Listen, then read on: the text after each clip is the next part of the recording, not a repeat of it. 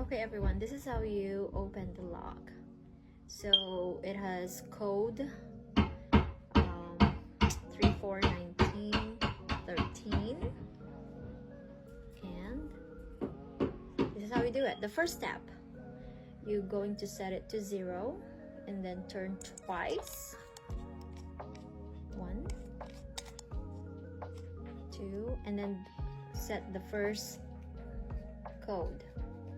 In this case, it's 34. And what we're gonna do next is turn counterclockwise all the way, full counterclockwise, until you go to next code. In this case, the second code is number 19, and then the third one, just turn to the next code right away, which is number 13. So let's see if this works. There, works.